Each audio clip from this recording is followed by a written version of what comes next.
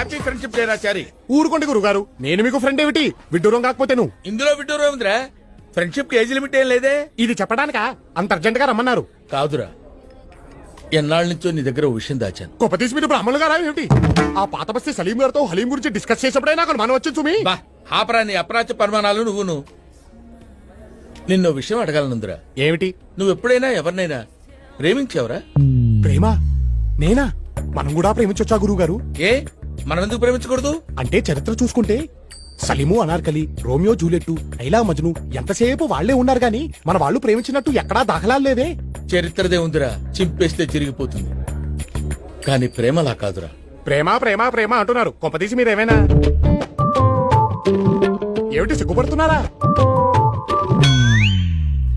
వీడు మొఖానికి సిగ్గు కూడాను. ఏమండోయ్, మీరు సిగ్గుపడ్డం మాని ఆ అమ్మాయి ఎవరో చెప్పండి. మన రాజమండ్రి